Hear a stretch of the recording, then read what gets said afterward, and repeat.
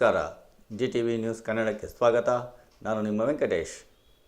ಮಾಗಡಿ ಪಟ್ಟಣದ ಪಣಕನಕಲ್ಲು ನಾಗರಾಜುರವರ ಮನೆ ಹತ್ತಿರ ಮಾಗಡಿ ತಾಲೂಕು ಕಾರ್ಯನಿರತ ಪತ್ರಕರ್ತರ ಕ್ಷೇಮಾಭಿವೃದ್ಧಿ ಸಂಘದ ಅಧ್ಯಕ್ಷ HR ಮಾದೇಶ್ ಅವರ ನೇತೃತ್ವದಲ್ಲಿ ಗೌರವಾಧ್ಯಕ್ಷ ದೊಡ್ಡಬಾಣಗೆರೆ ಮಾರಣ್ಣ, ಉಪಾಧ್ಯಕ್ಷ ರಘು ಹಾಗೂ ನಿರ್ದೇಶಕರುಗಳಾದ ದೇವರಾಜು, G ವೆಂಕಟೇಶ್, TM ಶ್ರೀನಿವಾಸ್ ಹಾಗೂ ನಾಗರಾಜುರವರ ಕುಟುಂಬದವರು ಸೇರಿ ಈ ನಮ್ಮ ಕನ್ನಡ ನಾಡು ದಿನಪತ್ರಿಕೆ ವಿತರಕ ನಾಗರಾಜುರವರ ಈ ನಮ್ಮ ಕನ್ನಡ ನಾಡು ದಿನದರ್ಶಿಕೆಯನ್ನ ಬಿಡುಗಡೆ ಮಾಡಿ ಶುಭ ಹಾರೈಸಲಾಯಿತು.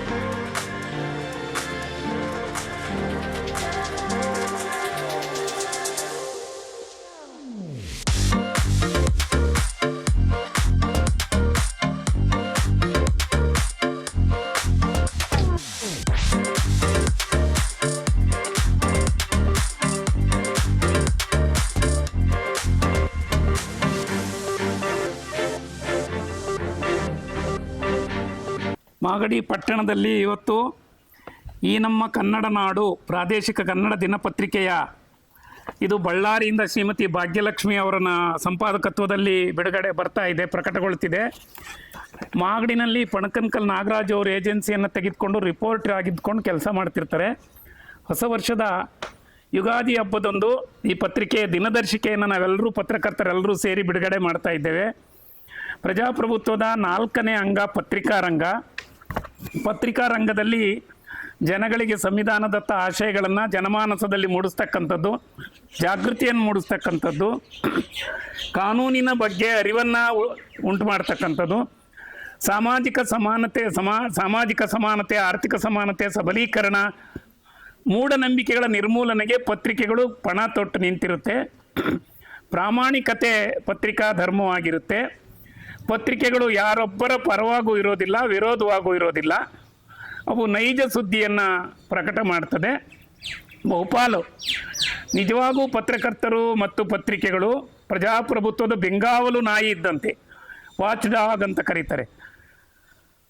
ತಪ್ಪನ್ನು ತಪ್ಪು ಅಂತೇಳಿ ಸರಿಯನ್ನು ಸರಿ ಅಂತಕ್ಕಂಥ ನಿಲುವನ್ನು ಪತ್ರಿಕೆಗಳು ತಾಳಬೇಕಾಗುತ್ತೆ. ಈ ಆಧುನಿಕ ರಾಜಕೀಯ, ಸಾಮಾಜಿಕ, ಶೈಕ್ಷಣಿಕ, ಆರ್ಥಿಕ ಇಂಥ ಸನ್ನಿವೇಶದಲ್ಲಿ ಪತ್ರಿಕಾ ರಂಗದಲ್ಲೂ ಕೂಡ ತನ್ನ ನಿಲುವನ್ನು ಪ್ರತಿಪಾದಿಸಿಕೊಳ್ತಕ್ಕಂಥದ್ದು ತುಂಬ ಕಠಿಣವಾದಂಥ ಸನ್ನಿವೇಶಗಳು ಎದುರಾಗ್ತಾ ಇದೆ. ನಮ್ಮ ರಾಜ್ಯದಲ್ಲಿ ಸಂಯುಕ್ತ ಕರ್ನಾಟಕ ಅತ್ಯಂತ ಹಳೆಯ ದಿನಪತ್ರಿಕೆ.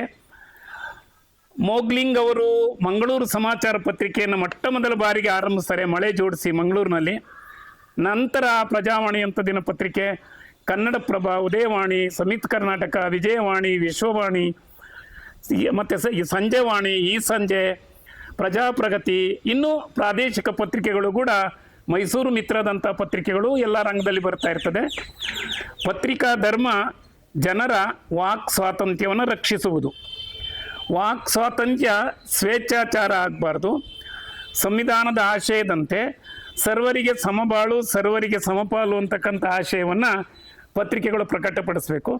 ಯಾರು ನೊಂದಿದ್ದಾರೆ, ಶೋಷಿತರಿದ್ದಾರೆ, ಅವಕಾಶ ವಂಚಿತರಿದ್ದಾರೆ ಅಂಥವ್ರಿಗೆ ಸ್ವಲ್ಪ ಸವಲತ್ತುಗಳನ್ನು ಕೊಡೋದಕ್ಕೆ ಧ್ವನಿಯಾಗಿರಬೇಕು.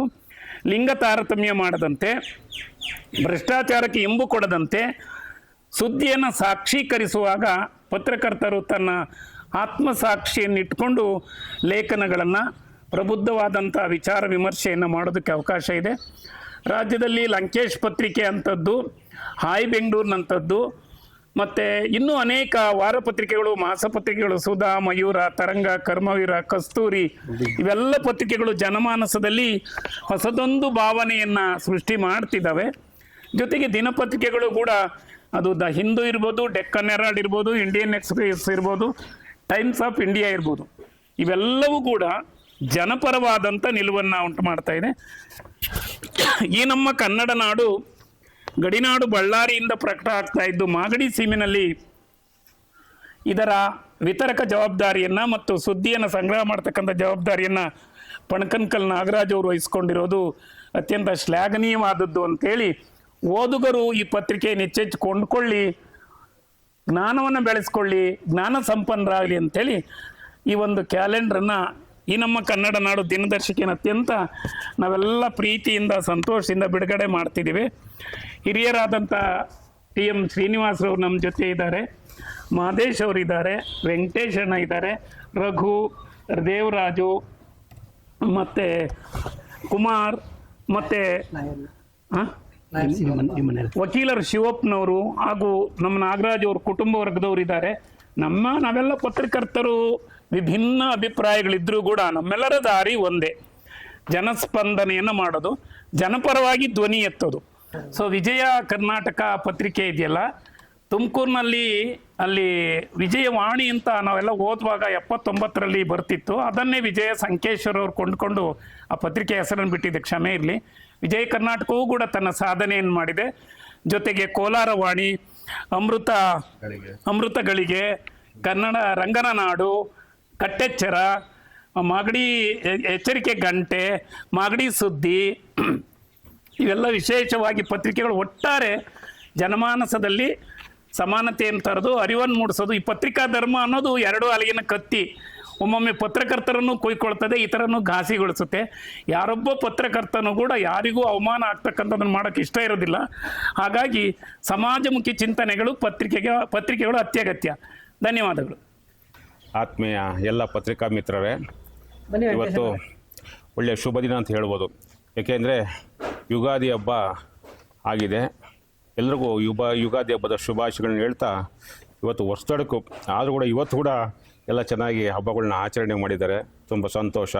ಹಿಂದಿನ ದಿವಸ ಇವತ್ತು ನಮ್ಮ ಕನ್ನಡ ನಾಡು ಎಂಬ ಕ್ಯಾಲೆಂಡರ್ ಅಂದರೆ ದಿನದರ್ಶಿಕೆಯನ್ನು ಇವತ್ತು ನಾವು ಇದೆಲ್ಲ ಸೇರಿ, ಎಲ್ಲ ಪತ್ರಕರ್ತರಲ್ಲಿ ಸೇರಿ ನಾವು ಭಾಳ ಸಂತೋಷದಿಂದ ಈ ಒಂದು ದಿನಚರಿಯನ್ನು ಬಿಡುಗಡೆ ಮಾಡಿದ್ದೀವಿ.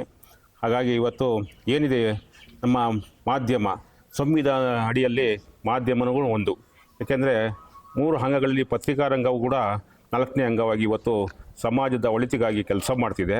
ಹಾಗಾಗಿ ನಾವೆಲ್ಲ ಸೇರಿ ಪತ್ರಿಕಾ ಮಿತ್ರರು ಪತ್ರಿಕೆಯನ್ನು ಸಮಾಜವನ್ನು ತಿದ್ದುವಂಥ ಕೆಲಸದಲ್ಲಿ ನಾವೆಲ್ಲ ತೊಡಗಿಸ್ಕೊಂಡಿದ್ದೀವಿ. ಈ ಸಮಾಜದಲ್ಲಿ ಆಗುವವುಗಳ ಬಗ್ಗೆ, ಸಮಾಜದಲ್ಲಿ ನಡೆಯುವಂತಹ ಘಟನೆಗಳು ಏನೇ ಇರ್ಬೋದು ಅದ್ರ ಬಗ್ಗೆ ನಾವು ಸತ್ಯಾಂಶಗಳನ್ನು ಹೊರತರುವಂತಹ ಕೆಲಸವನ್ನು ನಾವು ಪತ್ರಿಕಾ ರಂಗ ಮಾಡ್ತಾ ಇದೆ. ಹಾಗಾಗಿ ನಾವೆಲ್ಲರೂ ಸೇರಿ ಇವತ್ತು ಏನು ದಿನಚರಿಯನ್ನು ಬಿಡುಗಡೆ ಮಾಡಿದ್ದೀವಿ. ನಾಗರಾಜು ಅವರು ಈ ನಮ್ಮ ಕನ್ನಡ ನಾಡು ಎಂಬ ದಿನಚರಿಯನ್ನು ಇವತ್ತು ತಂದಿದ್ದಾರೆ. ಅವರು ಇವತ್ತು ನಾವೆಲ್ಲ ಸೇರಿ ಬಿಡುಗಡೆ ಮಾಡಿದ್ದೇವೆ. ನಾಗರಾಜ್ ಅವರು ಈ ಒಂದು ಪತ್ರಿಕೆಯನ್ನು ಸಹ, ಕನ್ನಡ ನಾಡು ಎಂಬ ಪತ್ರಿಕೆಯನ್ನು ಇವತ್ತು ಇಲ್ಲಿ ತಂದಿದ್ದಾರೆ. ಅದನ್ನು ಸಹ ಇವತ್ತು ನಾವು ಬಿಡುಗಡೆ ಮಾಡಿದ್ದೀವಿ. ಈ ಒಂದು ಪತ್ರಿಕೆ ಭಾಳ ಯಶಸ್ವಿಯಾಗಿ ನಡೀಲಿ ಅಂತ ಈ ಸಂದರ್ಭದಲ್ಲಿ ನಾನು ಶುಭ ಹಾರೈಸ್ತೀನಿ. ಮಾಗಡಿ ತಾಲೂಕಿನಲ್ಲಿ ಈ ನಮ್ಮ ಕನ್ನಡ ನಾಡು ಎಂದ ಪತ್ರಿಕೆಯನ್ನು ಹೊರಬರ್ತಾ ಇದೆ. ತುಂಬ ಜನಗಳ ಕೈಗೆ ಹಿತೈಷಿಯಾಗಿ ಪತ್ರಿಕೆ ತಲುಪಿಸ್ತಾ ಇರೋದು ನಮ್ಮ MP ನಾಗರಾಜು. ಅದರಲ್ಲೂ ಪ್ರತಿ ವರ್ಷದಂತೆ ಈ ವರ್ಷವೂ ಕೂಡ ಕನ್ನಡ ನಾಡು ಎಂಬ ದಿನದರ್ಶಿಕೆ ಬಿಡುಗಡೆ ಮಾಡಿ, ಹಿಂದೂಗಳಿಗೆ ಮೊದಲನೇ ವರ್ಷ ಅಂತ ಅಂದರೆ ಯುಗಾದಿ ಮೊದಲನೇ ವರ್ಷ ಆಗಿರುತ್ತದೆ. ಆದ್ದರಿಂದ ಇವತ್ತು ನಾವು ಎಲ್ಲ ಪತ್ರಕರ್ತರು ಸೇರಿ, ಅದರಲ್ಲೂ ನಮ್ಮ ಮಾಗಡಿ ತಾಲೂಕಿನ ಕಾರ್ಯನಿರತ ಪತ್ರಕರ್ತರ ಕ್ಷೇಮಾಭಿವೃದ್ಧಿ ಸಂಘದ ಒಬ್ಬ ಸದಸ್ಯನಾಗಿ ಇವತ್ತು ಒಂದು ದಿನದರ್ಶಿಕೆ ಬಿಡುಗಡೆ ಮಾಡಿರೋದು ನಮಗೆ, ನಮ್ಮ ಸಂಘದ ಎಲ್ಲ ಸದಸ್ಯರಲ್ಲೂ ಒಂದು ಖುಷಿ ತಂದಂತಾಗಿದೆ. ಅವರಿಗೆ ಶುಭವಾಗಲಿ ಅಂತೇಳಿ ನಾನು ಹಾರೈಸ್ತೀನಿ. ನಮ್ಮ ತಂದೆ MP ನಾಗರಾಜ್ ಅವರು ಸುಮಾರು 10ರಿಂದ 15 ವರ್ಷಗಳ ಕಡೆಯಿಂದ ಈ ನಮ್ಮ ಕನ್ನಡ ನಾಡು ಪತ್ರಿಕೆ ಮತ್ತು ಕ್ಯಾಲೆಂಡರನ್ನು ಬಿಡುಗಡೆ ಮಾಡ್ತಿದ್ದಾರೆ. ಆ ಪೇಪರ್ ಬೆಲೆ ಬಂದು ಕೇವಲ ₹1 ಮಾತ್ರ. ಅದನ್ನು ಪ್ರತಿಯೊಬ್ಬರೂ ಮಾಗಡಿ ಜನತೆ ಮತ್ತು ಪ್ರತಿಯೊಬ್ಬರು ಯಾರ್ಯಾದರೂ ಸಹ ಅದನ್ನು ಕೊಂಡು ಓದಬೇಕು ಅಂತ ತಮ್ಮಲ್ಲಿ ಕೇಳ್ಕೊಳ್ತಾ ಇದ್ದೀನಿ. ಹಾಗೆ ಯಾವುದೇ ಸುದ್ದಿ ಜಾಹೀರಾತನ್ನು ನೀಡಬೇಕು ಅಂತ ಕೇಳ್ಕೊತಾ ಇದ್ದೀನಿ.